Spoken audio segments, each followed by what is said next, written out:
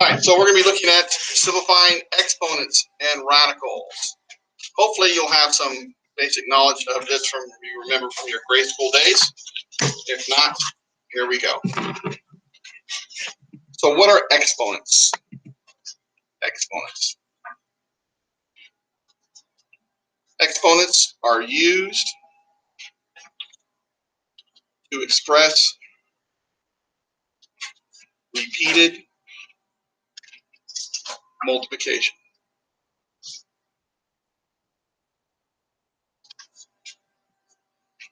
Of the same number.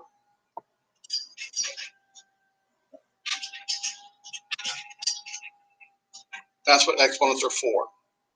An exponent is a symbol that represents this. A lot of people, because it kind of looks like a number, it's not a number. Here I'm repeating the multiplication of the number 2. So instead of doing that this many times, 4 times, I can rewrite this into a symbol format using an exponent and say, this is just simply 2 to the 4th power. The 4 is the exponent. All the exponent does is it tells me how many times to multiply this number to itself. So the 4 up here is an exponent. It is not the number 4, it is an exponent. It's not a number, it's an exponent. So there is the difference there. In general, this means if this number right here is the base number, is what we call it, the base number, and this up here is the exponent, it means b, the base number, times itself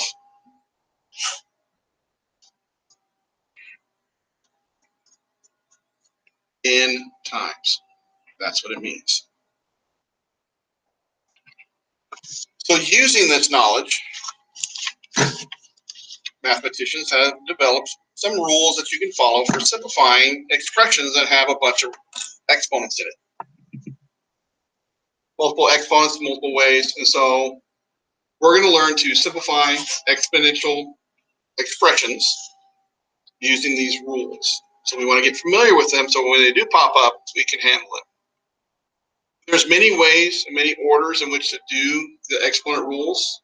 I'm going to present it in a way that if you follow this process, you will be done in 5 steps, no matter how difficult the problem may be. You can do them in different orders, and I do recommend highly that as you do a problem, you should constantly ask yourself the question, can I do this in a quicker way? Can I do them in a different order to be done faster? Sometimes the answer is yes, sometimes the answer is no.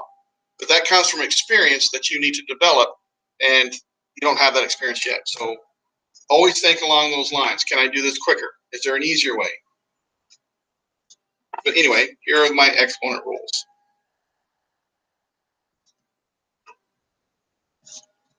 The first one I do when I'm simplifying this is I look for any 0 exponents. The reason why I look for a 0 exponent is because any base number to the 0 exponent is equal to 1. So they all just eliminate right off the bat. With the exception of one number, the b cannot be 0. 0 to the 0 power is undefined for us. Some people call it undefined, some people say it's something else, and we're going to go with, we're in the undefined camp. It is undefined. So, but any other number to a 0 exponent is equal to 1. And there's, anyway, let's just go on. The next one is the power rules. I call them the power rules because they're usually associated with some quantity raised to a power. There are 3 of them, but you do them all at the exact same time. So it's not 3 individual ones, it's one rule. These 3 looks take care of at the exact same time. So the first one is some power raised to another power. So if I have a number with an exponent raised to another exponent, the process using the definition of what exponents means shows that this just simply becomes a product of those 2 exponents together. Just multiply those exponents together, and that is your rule. The next one, if I have two different base numbers multiplied together and used in a parenthesis raised to a power like that, then each of those base numbers is raised to that same power. So I can simply write it, because of properties of multiplication and exponents, I can rewrite it as a to the m times b to the m, just like that. And the third one is the same as this one, just in a fractional format. And so that one again is a to the m, b to the m. Power rules. We do all three of them at the same time. After you've done those, the next one I would look for is the product rule. The product rule is based off the fact that if I have two numbers that are multiplied together of the same base but different exponents, the result would simply be the sum of those exponents. Because this says I have n of those, this says I have m of those, so all together I have n plus m of those. Add the exponents.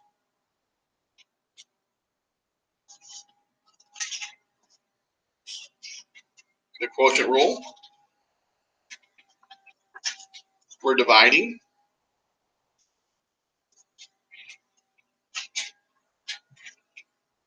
So in this case, since we multiplied, we added them. If I divide, I need to subtract them. And it is always the top exponent minus the bottom exponent.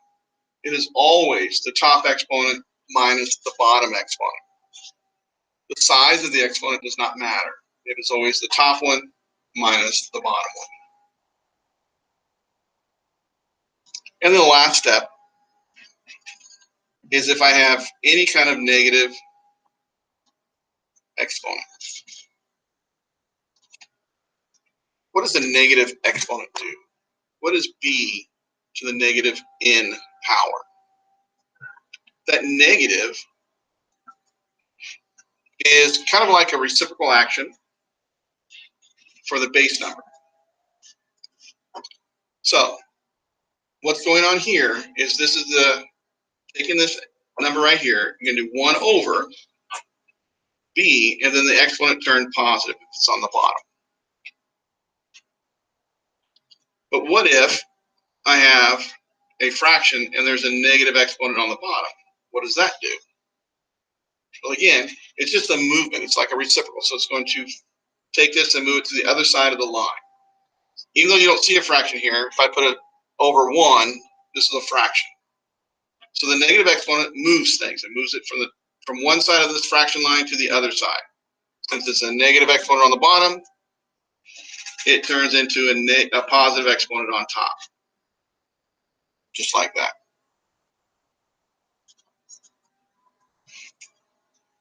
So these are our exponent rules. These exponent rules apply to everything that in exponent fashion. If it's an exponent, these rules will apply. Okay, and we can do some problems with this, and I will, but it's nice to go right into this other thing called a radical next. What is that?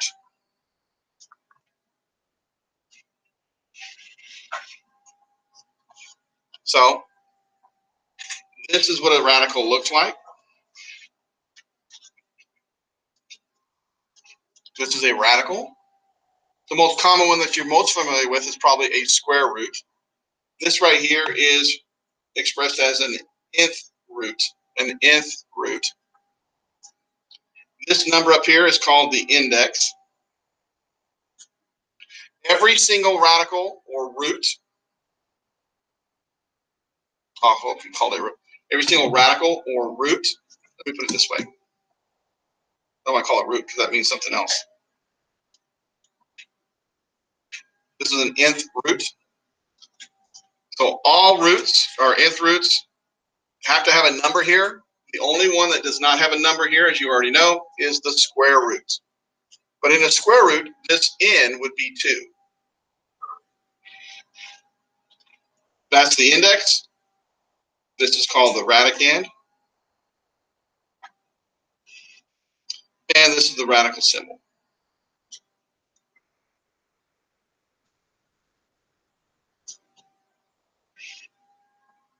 So what does this thing really mean? Why is it in the exponent rules and all that kind of stuff? Well, the reason why radicals are also used at the same time as we do exponent rules is because radicals are fractional exponents. If I have a nth root, that is the number, the radicand or the base number raised to a fractional exponent. That's what it means. So, for example, when you were saying the square root of 2, you were saying 2 to the 1/2 power. That's what you were saying. So radicals are just fractional exponents, which means all of our exponent rules will apply.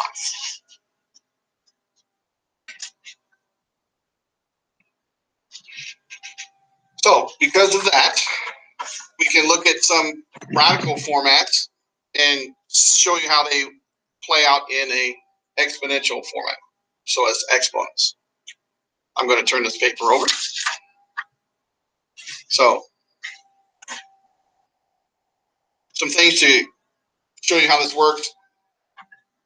Let's say I have the nth root of something to a power of n. Well, I have a radical and I have an exponent. So I can look at it a couple of different ways. So this one right here, for this one, the radicand is this. So this is going to be a to the m raised to the 1/n power. Because a radical, the nth root, becomes a fractional exponent. And this already had an exponent on it right here. And then using our exponent rules, a power raised to a power, we multiply these, I get this as a fraction, m/n. So the thing to look at when you see a fractional exponent is to understand that the bottom denominator, that is your root, and the top is your exponent on that base number. What if I have this?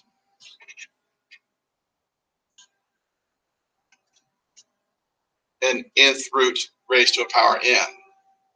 Well, that can I write as an exponent. And you see that I have power raised to a power you multiply, and I get the exact same result. So this fractional exponent, depending on your needs, can be written as this, or it can be written as that, depending on which one works for you. Right now, this is just a bunch of stuff on a piece of paper that I'm writing. It makes no sense yet, but I'm writing it out for you so you can reference it later when we look at examples. Some other ones, these are pretty much the power raised to a power. Some other power rules in radical form look like this. And we use these to help us simplify also. I'm giving you the generic nth root. Most of what we do in here will be square roots, maybe cube roots. We will not get too much beyond that. So this right here can be written as the nth root of A, the nth root of B. So we can split the radical like that. Why? Why can I do that? Because it's just this rule. Two numbers multiplied together raised to a power, I can split it. Well, if I look at this as an exponent, it is this quantity multiplying times raised to the 1/n power. So it follows power rules.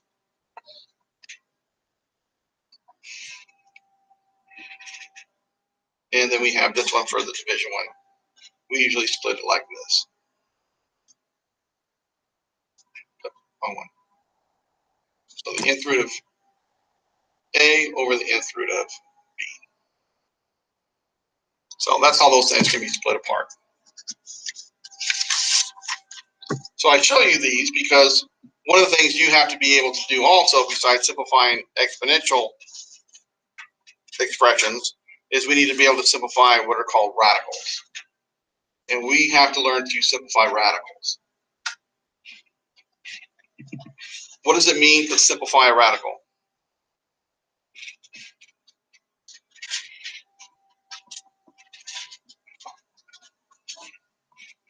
There's some stuff in here that we're not going to cover in the simplification because you're just not going to deal with that kind of problem.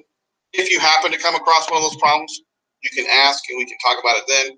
Until then, the top two are the two main ones that we need to deal with. A radical is simplified as long as you have removed all perfect factors from the radicand.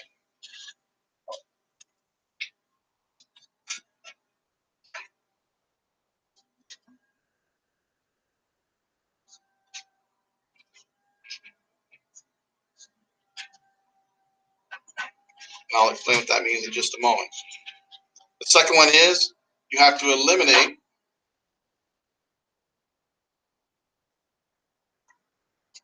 in there. Any radical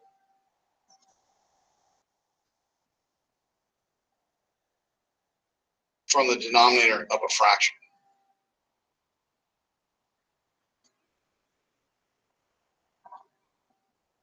If you don't have a radical in the denominator, then this process rule does not apply. And the last one is the one that we're not going to really do too much.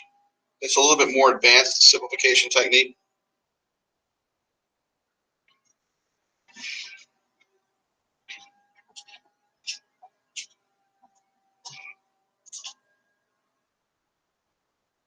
Combine sum and differences of radicals if possible.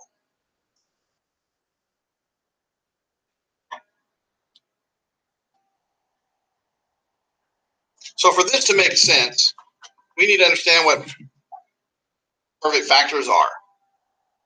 What do I mean by that? Well, factors are numbers that will divide into something.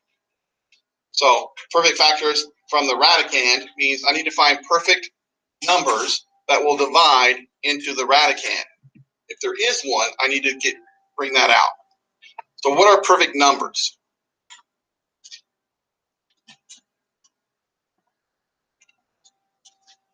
Perfect numbers. Well, what we're dealing with the most, and you can find them, once you see the pattern here, you can find them on your own.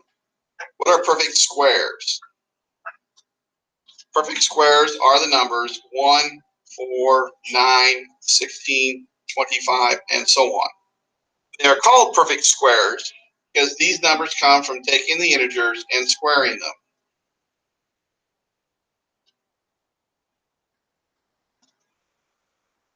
One squared is 1, 2 squared is 4, 3 squared is 9, 4 squared is 16, 5 squared 25, and you can do 6 squared, 7 squared, 8 squared, and so on and so forth. As many as you need. It goes on forever. So other than the 1, we don't use the 1. If any of these numbers will divide into the radicand, then we want to bring that out, and I'll show you how that's done. You have perfect cubes. Cubes are to the third power, so this one also has negative versions to this, because it's an odd exponent. So you have negative 27, negative 8, negative 1, 0, 1, 8, 27, and so forth. And these are from cubes, so this is going to be 0 cubed, 1 cubed, 2 cubed, 3 cubed, and they do continue on. Negative 1 cubed, negative 2 cubed, and so forth. You get the idea. There are also fourths, and I'll show you that page in just a minute. Actually, I'll show you now.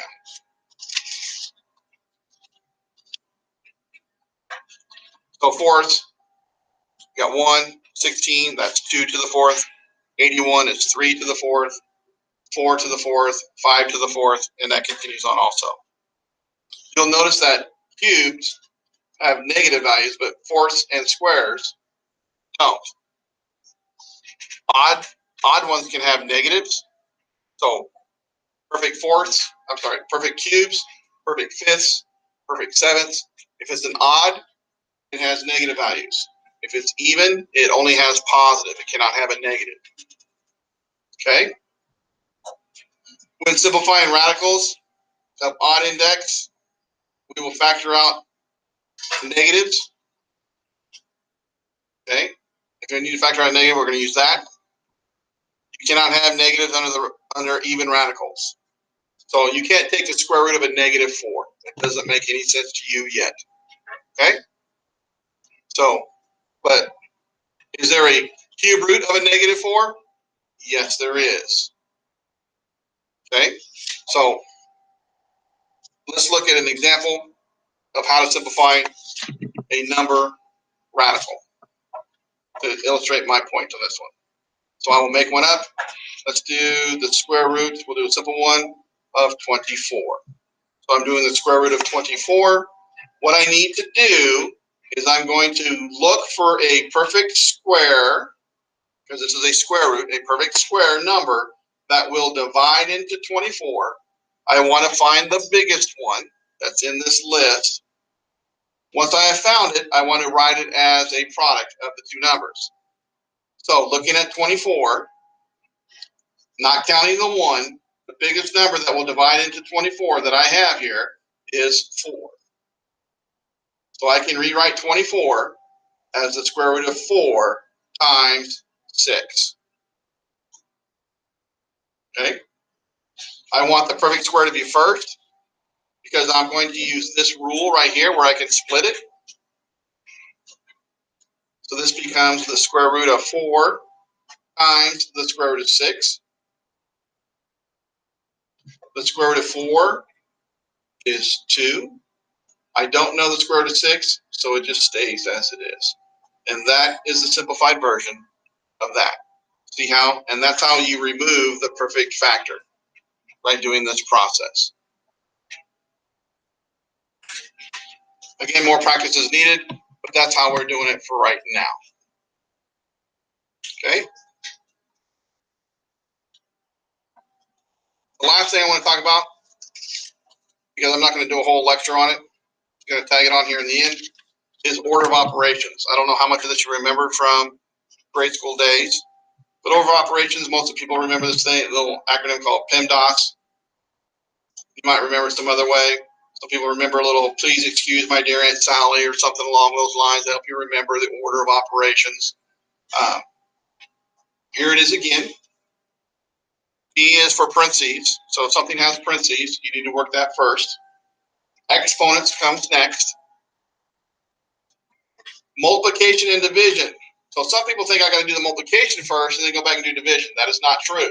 It is multiplication and division in the order in which it occurs from the left towards the right. Okay? And then the last one is adding subtraction, same process. It's the order in which it occurs from left to right. So we're going to be working through some of that stuff too. Absolute value symbols look like that, in case you've never seen one before.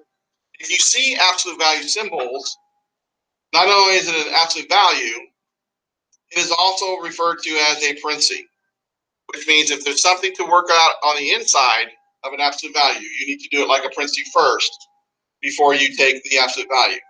And the absolute value is done at the same time as an exponent. Okay, acts like parentheses on the inside, done at the same time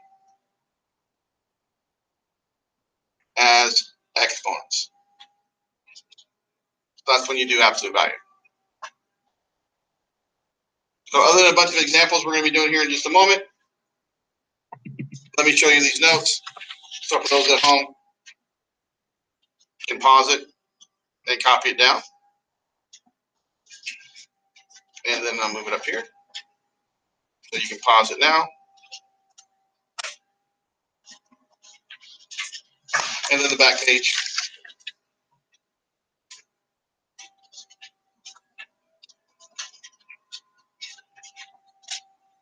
And then the last. All right. And so ends the video.